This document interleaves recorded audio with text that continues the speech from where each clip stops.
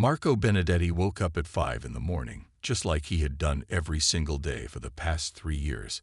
His small room in the Vatican barracks was dark and cold. The stone walls made everything feel like living inside an ancient castle. Marco rolled out of his narrow bed and placed his feet on the freezing marble floor. Outside his tiny window, he could see the first light of dawn creeping over St. Peter's Square. He walked to his mirror and looked at himself. At 25 years old, Marco was tall and strong with blonde hair and bright blue eyes.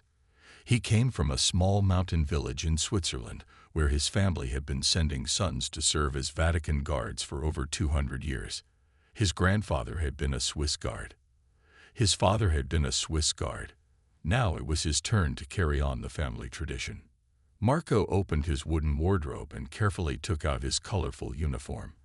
The bright yellow and blue striped outfit looked like something from a fairy tale, but it was actually one of the most respected uniforms in the world. Every piece had to be perfect.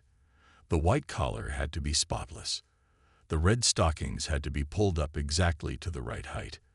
The black shoes had to shine like mirrors. He dressed slowly and carefully. First, the white shirt. Then the blue and yellow striped doublet. Next came the matching blue and yellow striped pants. The red stockings went on next, followed by the polished black shoes. Finally, he placed the black beret on his head and adjusted it to the exact angle he had been taught during training. Marco picked up his ceremonial sword and attached it to his belt. The weapon was sharp and real, even though most people thought it was just for show. Swiss guards were trained soldiers, not just pretty decorations. They knew how to fight, and they were ready to die protecting the Pope if necessary. He walked down the long stone corridor toward his post. Other guards nodded at him as he passed. They all had the same serious look on their faces. Being a Swiss guard was not a game. It was one of the most important jobs in the Catholic Church. They were the last line of defense between the Pope and anyone who might want to hurt him. Marco reached his assigned position outside the Pope's private chambers. This was where he would stand for the next 8 hours without moving. The heavy wooden door behind him led to rooms where the Pope slept, ate, and prayed. Marco had never been inside those rooms. Guards were not allowed to enter unless there was a serious emergency. He took his position and became as still as a statue. His feet were exactly shoulder-width apart. His hands rested on his sword handle. His eyes looked straight ahead down the long marble hallway. This was how he would stand until his replacement came at 2 in the afternoon. The Vatican was already busy, even though it was still early morning. Cardinals in red robes walked past him going to their morning prayers. Nuns hurried by carrying papers and books. Important visitors from around the world came to see the holy places. None of them paid attention to Marco. To them, he was just part of the scenery, like a piece of furniture or a painting on the wall. Marco had been trained to be invisible. Swiss guards were supposed to see everything but be seen by no one.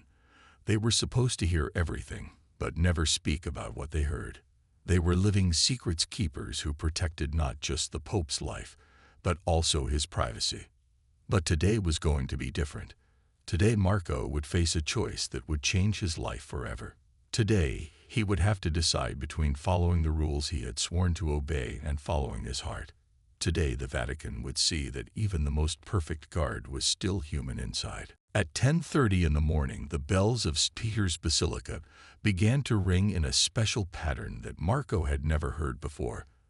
The sound was different from the regular hourly chimes. These bells were ringing faster and with more excitement. Marco kept his position perfectly still, but his heart started beating faster. He knew something important was happening. Down in the Sistine Chapel, the cardinals had been locked inside for 3 days, choosing a new pope. The old pope had died 2 weeks ago after a long illness. Cardinals from all over the world had come to Rome to elect his replacement. They were not allowed to leave the chapel until they made their decision. They could not talk to anyone outside. They could not use phones or computers. They had to pray and vote until they found the man God wanted to lead the Catholic Church. The bells kept ringing, and Marco could hear excited voices echoing through the Vatican hallways. Swiss guards were not supposed to react to anything happening around them, but Marco could feel electricity in the air. Something big was about to be announced. Then he saw white smoke rising from the chimney above the Sistine Chapel. Marco had been trained to know what this meant. White smoke meant the cardinals had chosen a new pope. Black smoke would have meant they were still voting. But white smoke meant success. The Catholic Church had a new leader. People started running through the corridors. Cardinals who had been waiting outside the chapel were hurrying towards St. Peter's Square. Vatican officials were rushing around making phone calls and carrying papers. News reporters who had been camping outside for days were probably going crazy with excitement. But Marco stayed perfectly still at his post. This was his job, no matter what else was happening in the world. He was like a soldier on duty who could not leave his position, even if a parade was marching by. Soon he heard footsteps coming down the hallway toward the Pope's private chambers. A group of cardinals appeared walking slowly and solemnly. In the middle of them was a man Marco had never seen before. He was older with gray hair and kind eyes. He looked nervous and overwhelmed. This had to be the new Pope. Cardinal Martins, who Marco recognized as one of the Vatican officials, was talking quietly to the new Pope. They stopped outside the heavy wooden door right behind Marco. Cardinal Martinez took out an old-fashioned key and unlocked the door. The new Pope, whose name Marco would later learn was Cardinal Alessandro Toretti from Naples, looked at the rooms that would now be his home. His face was pale, and his hands were shaking slightly. Being chosen as Pope was supposed to be the greatest honor any Catholic could receive, but this man looked more scared than happy. The cardinals talked with him for a few minutes, giving him instructions about what would happen next. In 2 hours he would appear on the balcony of St. Peter's Basilica to greet the crowd. Millions of people around the world would be watching on television. He would give his first blessing as the new Pope. After the cardinals left, the new Pope walked into his chambers alone. Marco heard the heavy door close with a loud thud that echoed through the empty hallway. Now it was just Marco standing guard, and the new Pope inside trying to understand what had just happened to his life. Marco had no idea that in just a few minutes he would hear sounds from inside those chambers that would force him to make the most difficult decision of his life. For the first 10 minutes after the new Pope went into his chambers, everything was quiet. Marco stood at his post listening to the distant sounds of celebration coming from St. Peter's Square. Thousands of people had gathered there waiting to see their new spiritual leader. They were singing and praying and cheering with joy. But then Marco heard something that made his blood turn cold. From inside the Pope's chambers came the sound of crying. Not just a few tears, but deep sobbing that seemed to come from the very soul of a broken man. Marco had never heard an adult man cry like this before. It was the kind of crying that happens when someone is completely overwhelmed and has nowhere to turn. Marco tried to ignore the sounds. He had been trained to act like he was deaf and blind when it came to the Pope's private moments. Swiss guards were supposed to be like machines that only responded to direct orders or obvious dangers. They were not supposed to have feelings or opinions about what they saw or heard. But the crying got worse. Through the thick wooden door, Marco could hear the new Pope talking to himself in Italian. Cardinal Toretti was saying things like, "I cannot do this, and I am not strong enough. And God, please help me." His voice was full of panic and fear. Marco remembered his training at the Swiss Guard Academy. His instructors had told him over and over again that Vatican protocol was sacred.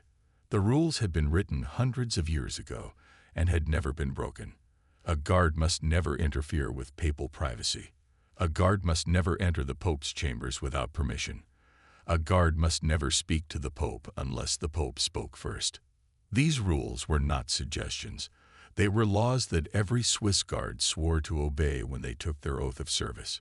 Breaking protocol could mean immediate dismissal from the Vatican.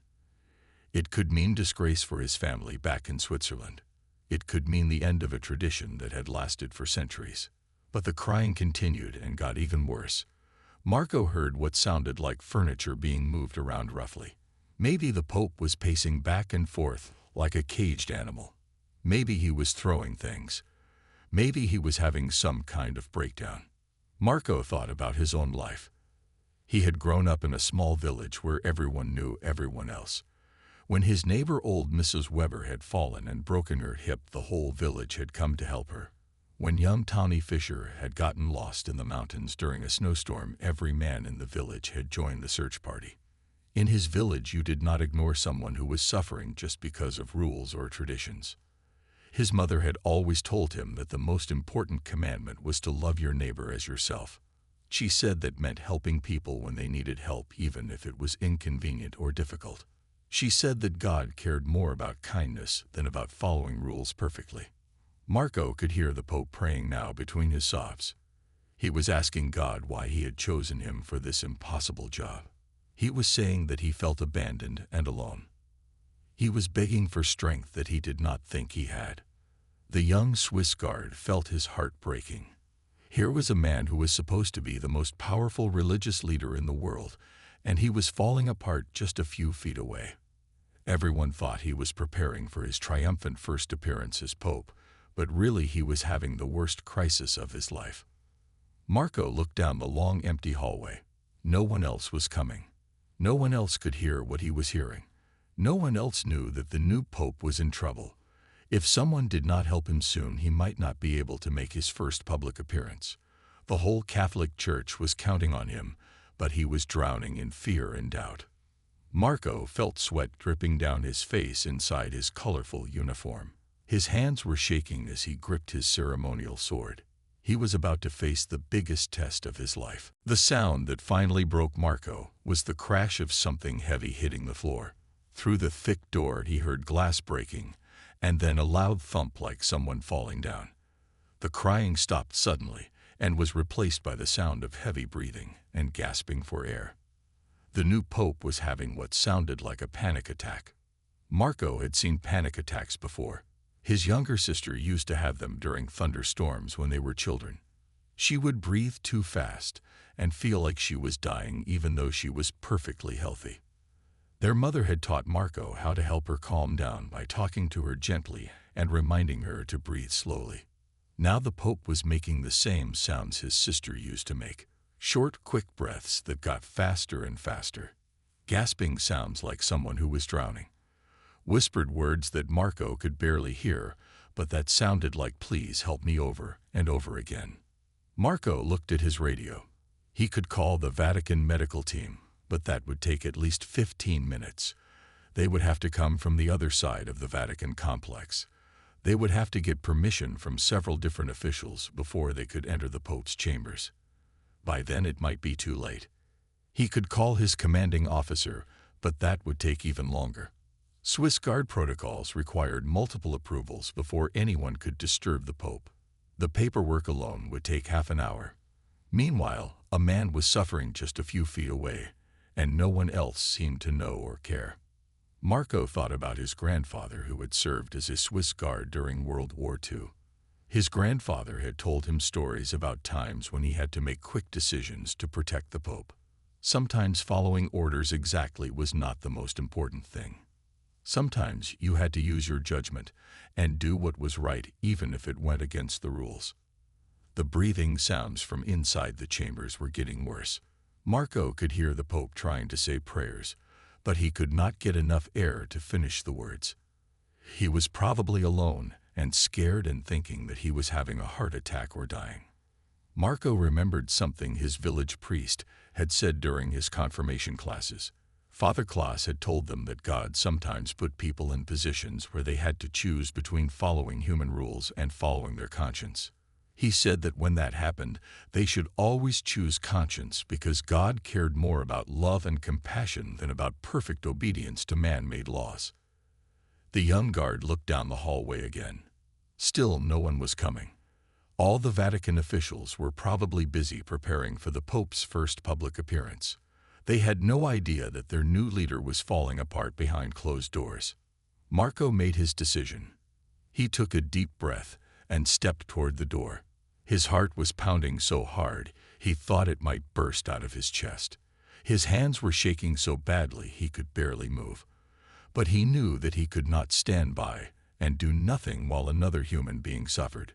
He raised his right hand and made a fist. This was the moment that would change everything. This was the moment when a simple Swiss guard would break 500 years of Vatican protocol. This was the moment when Marco Benedetti would choose his heart over his orders. The sounds from inside the chambers were getting weaker now. The Pope seemed to be running out of strength. If Marco was going to act, it had to be now. He knocked on the door 3 times. The sound echoed through the empty hallway like thunder. The gasping sounds inside the chambers stopped immediately. Marco had crossed a line that no Swiss guard had ever crossed before. There was no going back now. His voice was barely a whisper when he spoke. "Your Holiness," he said, "are you all right? Do you need help?" The silence that followed seemed to last forever. The silence lasted so long that Marco began to think he had made a terrible mistake. Maybe the Pope had not heard him. Maybe the Pope was angry that a guard had dared to disturb him. Maybe the Pope was calling security right now to have Marco arrested and thrown out of the Vatican forever. Then he heard footsteps slowly approaching the door from inside the chambers. They were careful, shuffling steps like someone who was still weak and shaky. Marco could hear the Pope breathing heavily as he walked across the room. "Who is there?" came a voice from behind the door. It was barely more than a whisper, but Marco could hear the fear and confusion in it.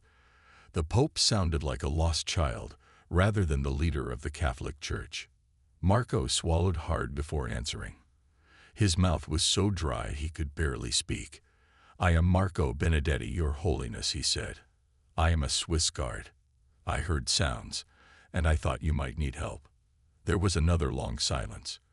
Marco could hear the Pope standing just on the other side of the heavy wooden door. He was probably trying to decide what to do. No Swiss guard had ever knocked on a Pope's door before.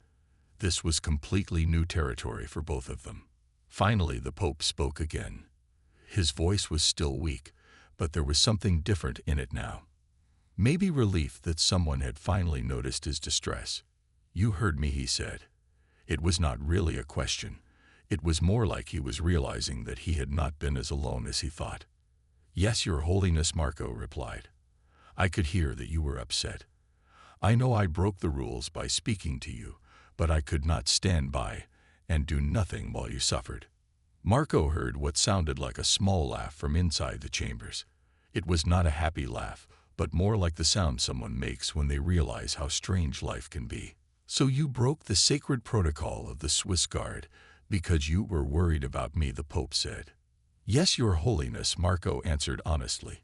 "My mother always taught me that when someone is in pain, you help them no matter what the rules say. I could not let you suffer alone." There was the sound of a key turning in a lock. Then slowly the heavy door began to open. It opened just a crack at first, and Marco could see one brown eye looking out at him.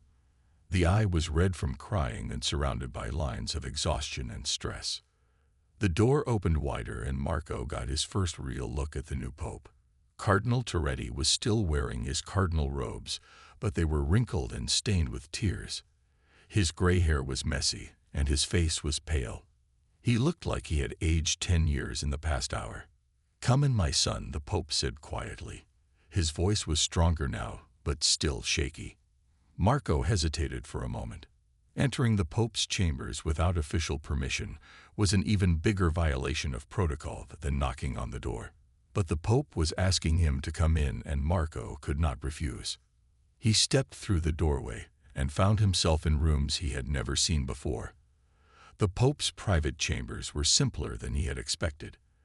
There was a small bed with white sheets, a wooden desk covered with papers, a bookshelf filled with religious texts, a small table with a glass of water that had been knocked over and was now in pieces on the floor. The Pope closed the door behind them and locked it again. Now they were alone together in the most private space in the Vatican. Marco removed his black beret and held it respectfully in his hands. He did not know what to say or do next. The Pope looked at this young Swiss man who had risked everything to offer comfort to a stranger. For the first time since his election, Cardinal Torretti felt like he was not completely alone in the world. God had sent him exactly what he needed when he needed it most. Not another cardinal or official, but a simple, caring human being who had chosen kindness over rules. The Pope gestured toward a simple wooden chair near his desk. "Please sit, my son," he said. Tell me, how long have you been listening to an old man's breakdown? Marco felt his face turn red with shame. I am sorry, Your Holiness, he said. I know I should not have been listening, but I could not help hearing through the door. I have been at my post for 3 hours, and I heard everything. The Pope nodded slowly and sat down in his own chair across from Marco. So you heard me crying like a baby, he said. You heard me saying I was not ready for this job. You heard me asking God if he had made a mistake. Yes, Your Holiness, Marco replied quietly. But I also heard a man who cares so much about doing the right thing that he is scared of making mistakes. I heard someone who loves God and wants to serve him well. The Pope looked surprised by this answer. Most people would have been embarrassed to admit they had heard the Pope at his weakest moment, but this young guard was trying to make him feel better instead of worse. What is your full name, Marco? The Pope asked. Marco Benedetti, Your Holiness, Marco answered. I come from a small village near Zurich in Switzerland. My family has been sending sons to serve as Vatican guards for over 200 years. Tell me about your village, Marco, the Pope said. I need to hear about normal life right now. I need to remember what the world is like outside these walls. Marco began to talk about his home. He described the mountains that surrounded his village and how they looked when they were covered with snow. He talked about his mother's garden where she grew vegetables and flowers. He mentioned the small church where he had learned to pray and the priest who had taught him about God's love. As Marco spoke, the Pope began to relax for the first time in days. This young man's simple stories reminded him that most Catholics were not cardinals or theologians. They were ordinary people who worked hard and loved their families and tried to do their best each day. Your mother sounds like a wise woman, the Pope said when Marco finished describing his home. What advice do you think she would give to someone who had just been chosen for the most difficult job in the world? Marco thought for a moment before answering. My mother always says that God never gives us more than we can handle, she said. She says that when something seems impossible, we should take it one step at a time and trust that help will come when we need it most. The Pope smiled for the first time since his election. And look here, Ewart, he said. Perhaps your mother is right about help coming when we need it. They talked for another 30 minutes about faith and fear and the weight of responsibility. Marco found himself giving advice to the most powerful man in the Catholic Church. He told the Pope stories about how people in his village dealt with difficult times. He shared simple wisdom that his parents and grandparents had taught him. The Pope listened carefully to every word. This young guard was saying things that made more sense than all the complicated speeches the cardinals had given him. Sometimes the most important truths were the simplest ones. Marco, you have given me something precious today, the Pope said finally. You have reminded me that being Pope is not about being perfect. It is about caring for people and trusting God to help me do my best. Marco felt tears in his own eyes now. I am glad I could help, Your Holiness, he said, even if it means I lose my job for breaking protocol. The Pope stood up and walked to the window that looked out over St. Peter's Square. Thousands of people were still gathered there waiting to see him. In 1 hour, he would have to appear on the balcony and give his first blessing as their spiritual leader. But now, instead of feeling terrified, he felt ready. A simple Swiss guard had reminded him that he was not alone, and that God would give him the strength he needed. Sometimes the most important lessons came from the most unexpected teachers. As the hour grew later, Marco knew he had to return to his post. Other Vatican officials would soon come to prepare the Pope for his first public appearance. If they found Marco inside the papal chambers without permission, there would be serious trouble for both of them. Your Holiness, I should go back to my position outside your door, Marco said quietly. People will start looking for both of us soon. The Pope turned away from the window and looked at the young man who had saved him from his darkest hour. Yes, you are right, he said. But before you go, I want you to know something. What you did today was not a violation of protocol. It was an act of Christian love. You saw someone suffering, and you chose to help despite the risk to yourself. Marco stood up and put his black beret back on his head. I would do it again, Your Holiness, he said. Some things are more important than rules. The Pope walked over to his desk and picked up a small silver cross that had belonged to his predecessor. "I want you to have this," he said, offering it to Marco. "It will remind you that you helped save a pope not just from a panic attack, but from despair itself." Marco accepted the cross with trembling hands. "Thank you, Your Holiness," he whispered. "I will treasure it always."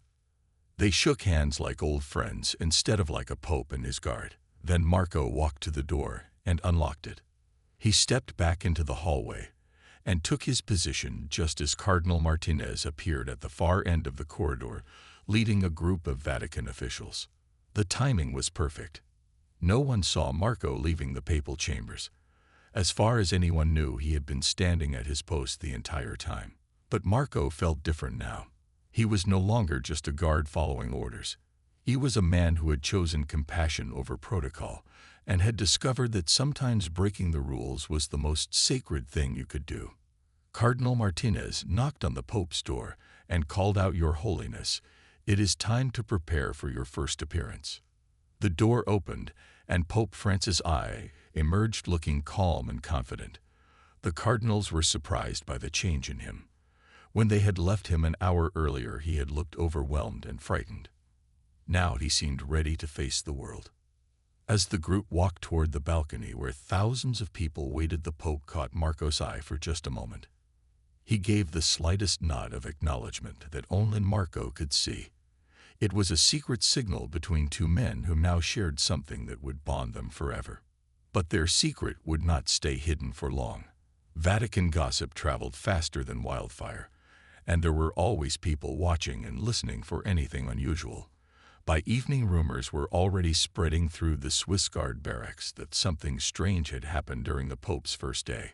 Captain Müller, who commanded the Swiss Guard, had served in the Vatican for 25 years.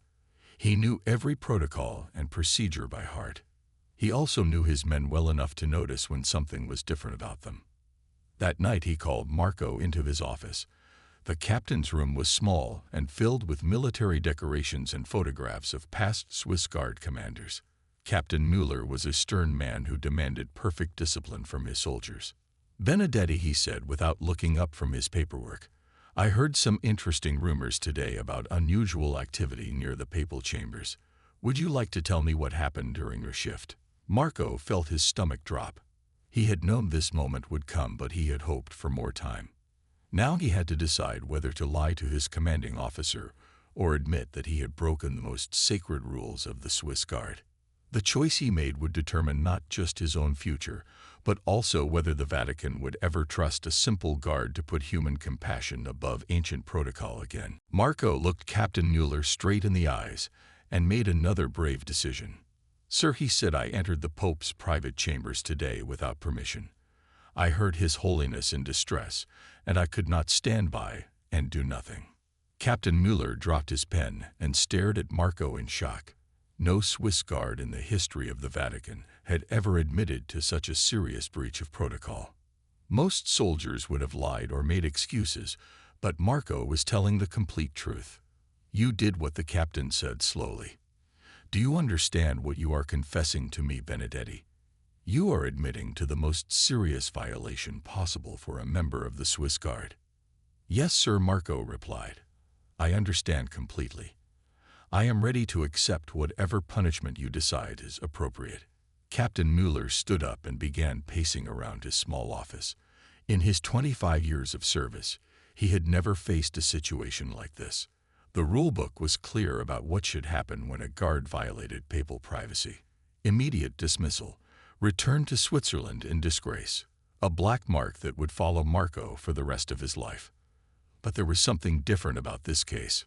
Marco was not a troublemaker or a rebel. He was one of the most disciplined and dedicated guards in the entire unit. If he had broken protocol, there must have been a very good reason. "Tell me exactly what happened," the captain ordered. "Leave out nothing." Marco told his story from beginning to end. He described hearing the Pope crying and having what seemed like a panic attack. He explained his decision to knock on the door when no medical help was available. He talked about the conversation he had with Pope Francis I and how it seemed to help the Pope regain his confidence. Captain Müller listened without interrupting. When Marco finished talking, the office was silent for a long time. Finally, The captain sat back down at his desk and rubbed his temples like he had a headache. "Benedetti, what you did was either the most noble act in Swiss Guard history or the most dangerous precedent we have ever set," he said. "I honestly do not know which one it is." The next morning news of Marco's actions had spread throughout the Vatican. Cardinals whispered about it in the hallways. Monsignors debated it over breakfast. Some officials were outraged that a simple guard had dared to enter the Pope's chambers uninvited. Others quietly admired his courage and compassion. Cardinal Santos, the dean of the College of Cardinals, demanded an immediate meeting with the Pope. "This cannot be allowed to pass without consequences," he declared. "If we do not punish this guard severely, every protocol in the Vatican will become meaningless." But Cardinal Rodriguez, who came from a poor family in Mexico, disagreed. "Perhaps this young man showed us something we had forgotten," he said. "Perhaps we have become so concerned with rules that we forgot about caring for each other." The debate raged for hours. Canon lawyers were called in to study the exact wording of Swiss Guard regulations. Historians searched through centuries of Vatican records looking for similar cases. Everyone had an opinion about what should happen to Marco Benedetti. Meanwhile, Marco continued his duties as if nothing had changed. He stood at his post outside the papal chambers with the same discipline and dedication he had always shown. But inside he was preparing himself for the end of his career. The Pope said nothing publicly about the incident. He went about his daily schedule of meetings and prayers without giving any hint about his feelings. But those closest to him noticed that he seemed different, more confident, more at peace with his new role. 3 days after the incident, Pope Francis I called for a special audience with the senior Vatican officials. Everyone assumed he would announce Marco's punishment and reaffirm the importance of following protocol. Instead, the Pope surprised them all with a decision that would be talked about for years to come. He had decided that sometimes the most sacred act was breaking an unholy rule, and that Marco Benedetti had shown the true spirit of Christian service. The Vatican establishment would never be quite the same after the day a Swiss guard chose his heart over his orders. 6 months later, Marco still stood guard outside the papal chambers, but everything had changed. Pope Francis I had not only refused to punish him, but had specifically requested that Marco remain as his personal guard. The Pope had told the assembled Vatican officials that this young man had shown him the face of Christ when he needed it most. The decision had split the Vatican into 2 camps. Traditional cardinals and officials believed that allowing Marco to keep his position set a dangerous precedent. They worried that other guards might start ignoring protocol whenever they felt like it. They argued that rules existed for good reasons and could not be broken just because someone had good intentions. But Pope Francis I had stood firm in his decision. During his first major address to the Vatican staff, he had explained his reasoning. This guard did not break protocol out of curiosity or disobedience, he had said. He broke it out of love. He saw another human being suffering and chose compassion over comfort. That is exactly the kind of spirit our church needs more of. Marco had become famous throughout the Catholic world. Newspapers wrote articles about the Swiss guard who dared to knock on the Pope's door. Television shows interviewed experts about whether he was a hero or a rule breaker. Catholic families around the world told their children the story of Marco Benedetti as an example of moral courage. But Marco himself remained unchanged. He still woke up at 5 in the morning and put on his colorful uniform with the same care he had always shown. He still stood at his post with perfect discipline and dedication. The only difference was that now Pope Francis I often invited him inside the chambers for private conversations. These talks had become an important part of the Pope's daily routine. Marco would share stories from his village in Switzerland or talk about letters he received from his family. The Pope valued these simple conversations more than the formal meetings he had with cardinals and world leaders. One evening, as they sat together in the papal chambers, Pope Francis I asked Marco if he ever regretted his decision to break protocol. "No, Your Holiness," Marco replied without hesitation. "My mother always taught me that we should never regret doing the right thing, even if it causes us trouble. What I regret is that it took me so long to act. I should have knocked on your door the moment I heard you suffering." The Pope smiled and looked out his window at St. Peter's Square below. Pilgrims from around the world were walking across the ancient stones just as they had done for centuries. But now there was a new story being told about this sacred place, a story about a young guard who chose love over law. "Your mother sounds like a very wise woman," the Pope said. "I would like to meet her someday." "She would be honored, Your Holiness," Marco replied. "She keeps newspaper clippings about our friendship in a special box. She tells everyone in our village that she raised a son who would risk everything to help a stranger in need." The relationship between the Pope and his guard had become a symbol of something important to Catholics everywhere. It showed that the Church was not just about ancient traditions and rigid rules. It was about people caring for each other, especially when that care required courage and sacrifice. Vatican tour guides now told visitors about the day a Swiss guard broke protocol to comfort a frightened Pope. The story had become part of Vatican history and would be remembered long after both men were gone. Marco often thought about that morning when he first heard the Pope crying behind a heavy wooden door. He could have followed the rules and remained silent. He could have protected his career and avoided all the controversy that followed. But instead, he had chosen to trust his heart and his mother's teachings about helping people in need. That choice had changed not just his own life, but had reminded the entire Catholic Church about the importance of human compassion over institutional rules. The Vatican would indeed never forget the Swiss guard who broke protocol, not because he had violated sacred traditions, but because he had shown that sometimes the most sacred act is choosing love over law and courage over comfort. Every morning when Marco put on his uniform, he touched the small silver cross the Pope had given him. It reminded him that he had made the right choice and that God had used him to help save a Pope from despair. The tradition of the Swiss Guard would continue for centuries to come, but now it would include a new understanding. Sometimes being a perfect guard meant being perfectly human.